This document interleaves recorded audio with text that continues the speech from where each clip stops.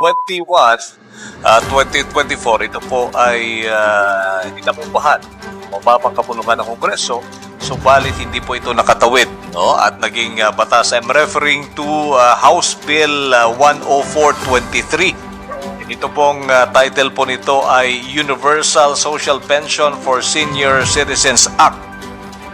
Ito po ay tinatawag na hindi ito basta ayuda lang, dahil ito po ang mag-institutionalize, no, ng benepisyong dapat tinatamasa po ng ating mga senior citizen.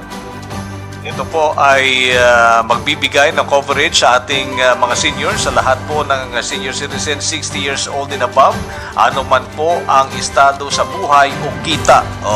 Ito po kasi yung isang malaking argumento dyan. In fact, ilan po sa ating mga kamag-anak ay medyo kasama din doon sa mga nagre-react dahil bakit po merong discrimination pagdating dyan sa konsepto ng pensyon.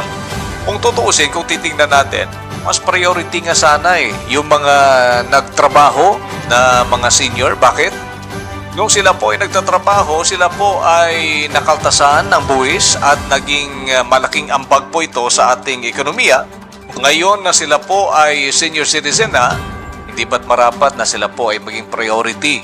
Hindi po natin hindi tayo nagiging bias o minamaliit yung ating mga senior citizen na hindi po nagtrabaho sa kanilang buhay, pero yung argumento na dapat maging patas ang pagbibigay ng benepisyo ay base po yan sa prinsipyo na yung mga naging working citizen po natin na naging senior ay dapat wag nating hindi tayo magkaroon ng pagkakaiba ng pagbibigay ng benepisyo.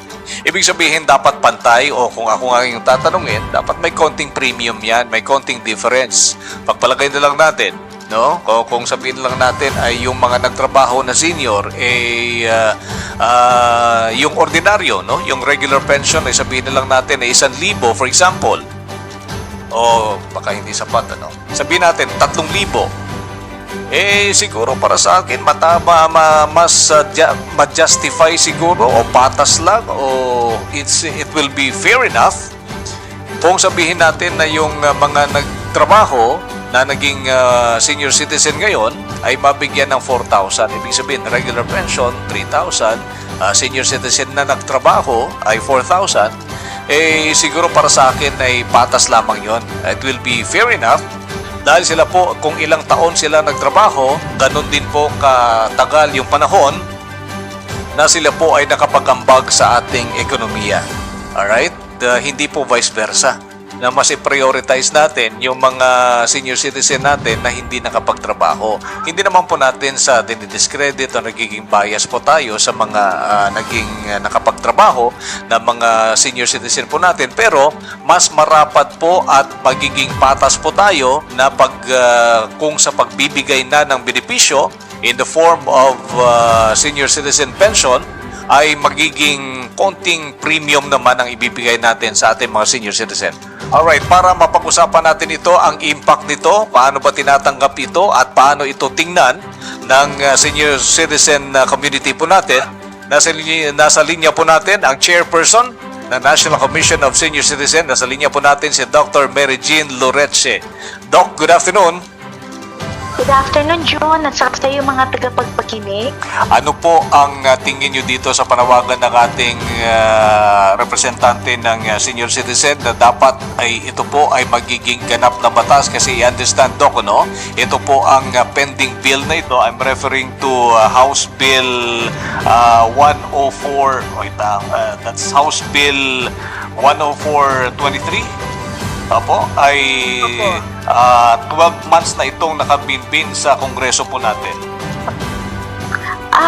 Kung titingnan po natin, meron po talagang ganyan na isinusulong sa Congress, no, on the Universal Social Pension. Opo. And nung last, bago sila na-conclude sa kanilang session, I remember that as early as this year and late last year, napag-usapan na po yan na ilakad nga yung Universal Social Pension sa kadahilanan na it might resolve the problem.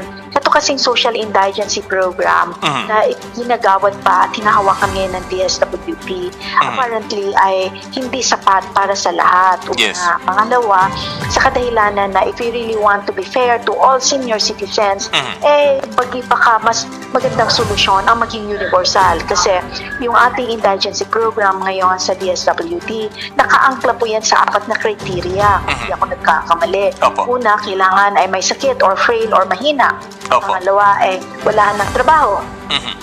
Pangatlo ay walang sustento galing sa pamilya o kaya walang pensyon. Opo. So, yan po yung kanilang mga at kailangan indigent. So, medyo mahirap nga yung definition na yan, no? Alright. Kaya nagkakaroon tayo ng problema. So, may marami-raming waitlisted. Doc Jean, Yes. sorry po ha, makat po kita.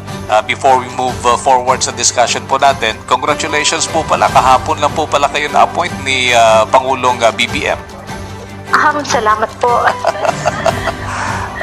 So parang lumalabas, parang ilan tayo sa mga unang nakakuha sa inyo para makapanayam ano po. Anyway, so moving forward, Doc, ano po yung nakikita ninyong mga rason, consideration para isulong po ito at ano dapat yung magiging forma at mekanismo po nito? So napakaganda nung tanong mo, June. Una sa lahat, kung magiging universal social pension yan, hindi nakakailangan yung criteria. The mere fact that you are 60 and above, that should be the major or only criteria. So matatanggal yung ibang mga factors na kakailanganin upang ikaw ay mag-qualify for the indigency program. Pangalawa, mahalaga noon na kapag ka ito ay naisulong na at naging ganap na batas, ay magkaroon tayo ng implementing rules and regulations para yung guidelines on the mechanism of the distribution. For example, gagawin ba natin quarterly? Sino ba ang hahawak niyan? Yes. LGU ba ulit? Magkakaroon ba ng kaukulang memorandum of agreement ang komisyon with the LGU in the release of the funds? Ito ba, pwede ba sa kanilang current na mga cash cards na hinahawakan? O kaya naman, kailangan ba cash ibigay sa kanila? So these are the mechanisms na kailangan natin paghandaan just in case ito ay lumabas bilang isang batas. Doc, are you looking at I understand no, kahapon lang po kayo na install sa inyong posisyon, maybe ang dami nyo pa pong mga nire-review, pero at the moment, Doc, are you looking at a certain amount na magiging universal pension ng ating mga senior? Actually, June, I have been a commissioner for NCSC October 3, 2023. But my assigned area is only Region 6 and 7, Cluster 4. Ngayon, nung naatasan tayo maging OIC, that was July of 2024, hanggang sa lumabas yung aking paging chairperson. So, I'm looking at the figure. We have to be realistic kasi. Medyo mahirap siya talakayin dahil una, 1,000 na ang binibigay ngayon sa social indigency program. So kung magiging universal siya and doon lang sa social indigency program, we're looking at around 40 billion, B as in boy. So now with 12.5 million senior citizens who will be given dahil magiging universal siya. Kung napakalaking amount yan. So, magkakatalo ngayon yan, papayag kaya yung mga tumatanggap na ngayon ng 1,000, kung yan ay ibababa ng 500 upang lahat across the board can be given. Unang tanong natin yan. Pangalawa, kung hindi naman sila papayag dahil nga naman, the benefit that has been given cannot be taken away. Yun yung ating primary rule natin eh. So titingnan natin, will a gradated or graduated approach to the social pension be acceptable to those who are not included in the list of the 1,000? Ibig sabihin, every year ba, magsisimula ba tayo ng 500 or 700 and then iakyat natin taon-taon, dagdagan ng 100 hanggang sa maging patas lahat at 1,000 kada buwan bawat isang senior citizen. So these are issues that we need to discuss in detail before even putting out the implementation of it on the ground.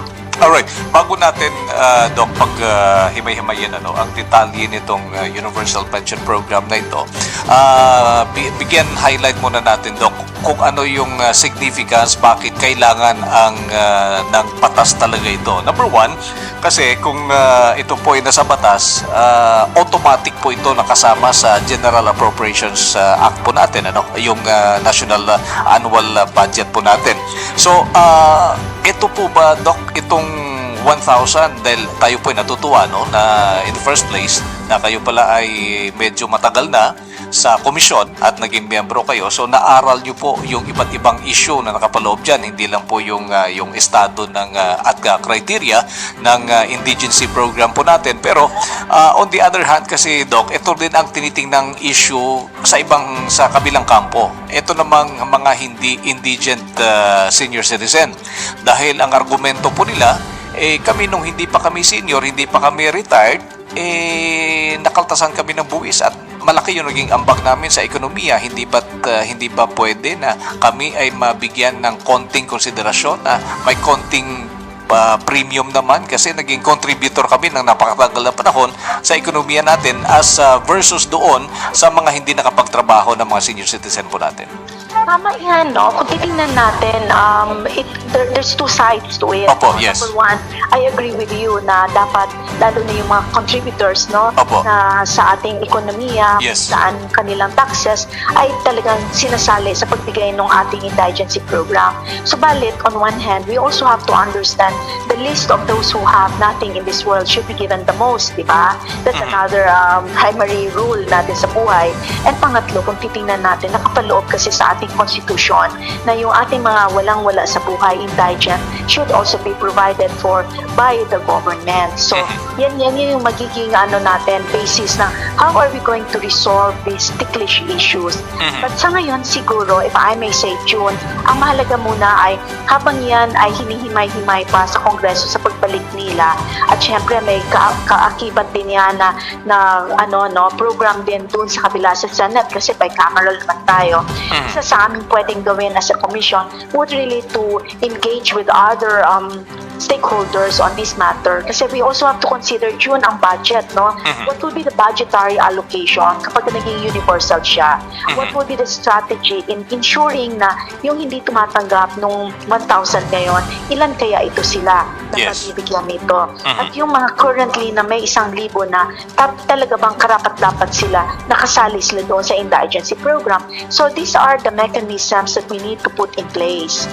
Actually, Doc, ang nakikita nating balancing reason po dyan na posibleng sabihin na lang natin diretso, mas mataas ng konti itong mga indigent because ito pong mga nagtrabaho ng mga senior citizen natin, given po yan, Doc, no, na sila po ay either they are receiving pension from SSS or GSIS, ano po. Pero yun nga po yung kanilang konting argument lang naman.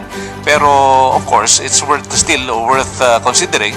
Pero kung balansihin natin in reference to the capability of the government to give yung universal pension po natin, kasi nga po budget ang problema natin dyan, siguro yung balancing reason natin dyan, yung mga working senior naman natin dati na naging senior ngayon, ay sigurado po yan, panigurado, ay tumatanggap na po yan ng SSS, either SSS or GSIS pension, ano po.